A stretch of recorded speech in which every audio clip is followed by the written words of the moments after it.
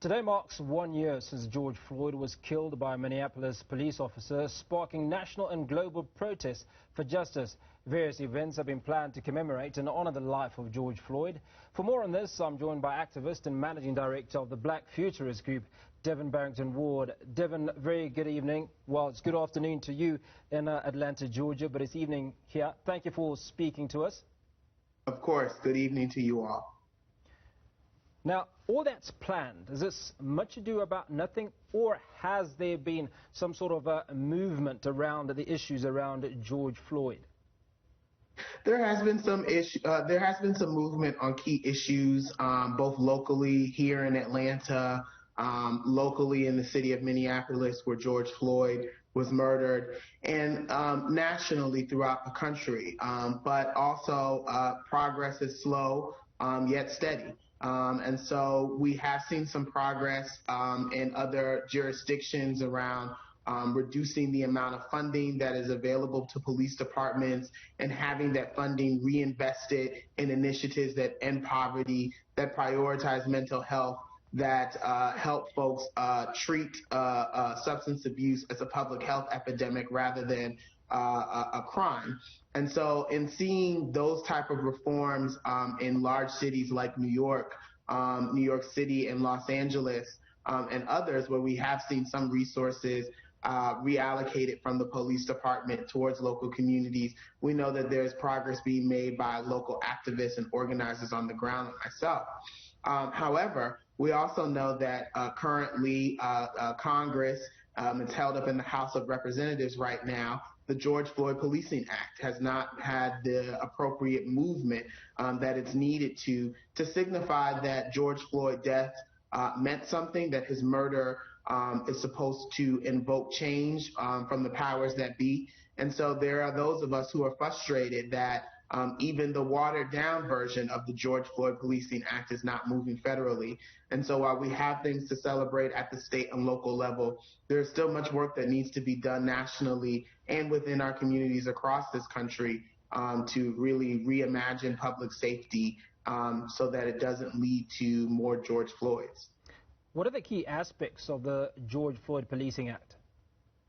Yeah, so some of those key aspects is cutting resources for trainings that are out of date, making sure that there's more trainings for de-escalation and that there is mental health responders available for incidents that may take place in our community, and other mechanisms like qualified immunity, which would allow for officers to no longer be shielded by their badge from civil liability, like wrongful death or other lawsuits that can prevent and serve as a deterrent for police officers using excessive force when they know that they can personally be held responsible.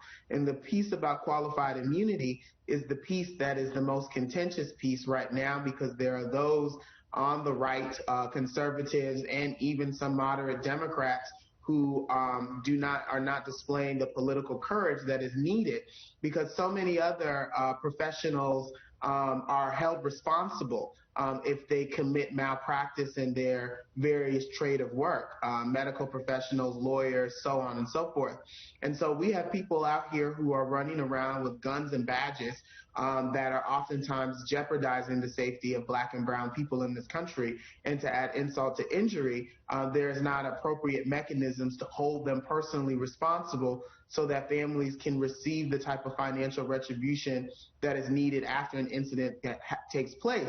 But more importantly, that it serves as a deterrent and a reminder to law enforcement that you will be held responsible for mistreatment, abuse, and brutality against people in our community, particularly those who experience that the most, who are Black Americans.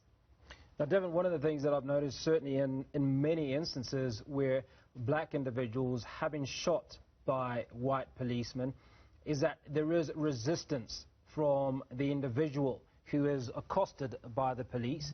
Now, it's pretty clear where all of this is going to go if you resist arrest. Now, wouldn't it be easier to get arrested rather than face death, which is what seems to be happening where Black people are concerned? Well, I would encourage you to look at some of the tapes and video footage that we have. George Floyd was not resisting. George Floyd was on the ground, subdued, and was in custody, was in handcuffs, and he was still killed. Eric Garner in New York many years ago, I think back in 2015, was also killed with a chokehold as he was not resisting arrest at the point where the chokehold was used. We see Ronald Green, who, yes, was involved in a high-speed chase with law enforcement, allegedly, but also was a completely different story. What Louisiana troopers, state law enforcement told was that he died on impact of the high-speed crash, when in fact we have nearly 20 minutes of footage of Mr. Green being assaulted and dragged face forward while in handcuffs. So I would encourage those who are around the world to really dig into, and not just the headlines, but actually, as horrific as these videos are, if we aren't going to take the word of those of us who have seen and survived police terrorism. I've seen my father personally at age 5 years old, while I was trying to get glasses at the optometry store, be assaulted by police, several law enforcement, and he was not resisting. And what type of imprint does that leave on young people, young Black people, who see their parents, who see members of their community not resisting, and still law enforcement using excessive and unnecessary force? And what signal does that send? Of course, it sends a signal of fear and a lack of disrespect. Devin, sorry, I'm going to come in there because I've got time to just one more question, which I obviously would like you to respond to. Now, President Joe Biden has invited some members of George Floyd's family to the White House. Just very quickly, tell us the significance of this gesture. Well, I think it's a significant gesture because under the previous administration, those type of invitations were not made to the families of individuals who were killed by law enforcement across this country. But I think more than symbolic, my hope is that, and I know that the family have become powerful advocates due to the murder of their beloved son, George Floyd, and I hope that the Biden administration is open to all of the recommendations that come directly from this family, because those recommendations are grounded in the needs of a much larger community that they now represent because of the murder of their son, George Floyd.